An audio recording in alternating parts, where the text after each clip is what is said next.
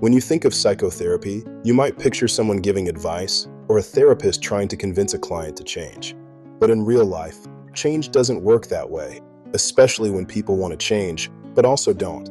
Consider someone who wants to stop smoking but feels they can't or struggles with alcohol, saying, "I know it's hurting me, but it helps me relax."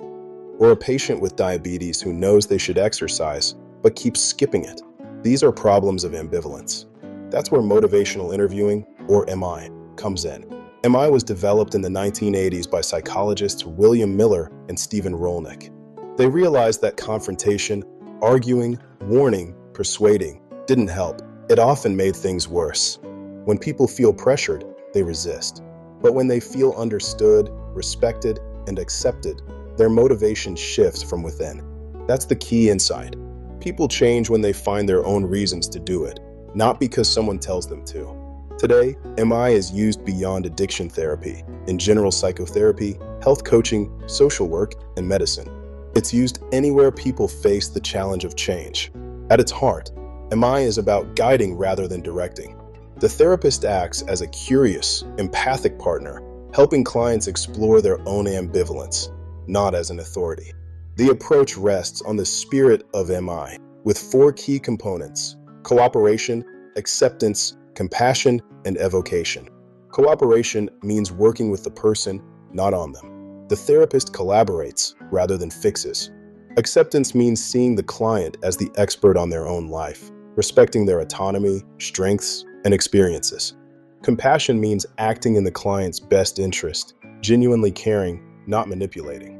Evocation means drawing out what's already inside the person, their hopes, values, and reasons for change, rather than imposing something from outside.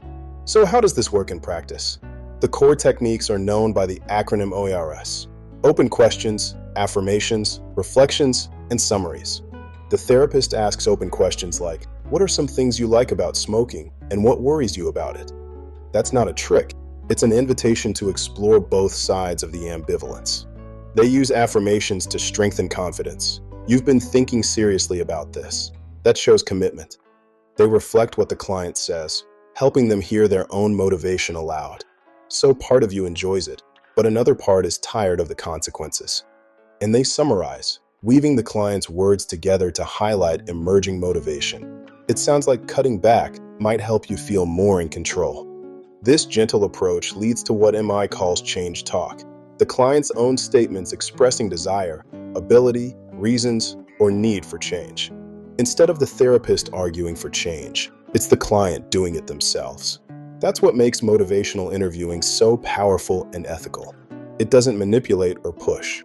It simply helps people listen to the part of themselves that already wants to change. Some mistake MI for persuasion, but that's not its purpose. It's not about making someone do what you want. It's about creating a conversation where they discover what they want. Motivational interviewing is built on respect for autonomy, readiness, and the natural rhythm of change. It reminds us that real motivation doesn't come from pressure, it comes from within. So, is motivational interviewing manipulation or motivation? It's motivation, the kind that's genuine, sustainable, and self-directed. Because when change comes from understanding, not from force, it lasts.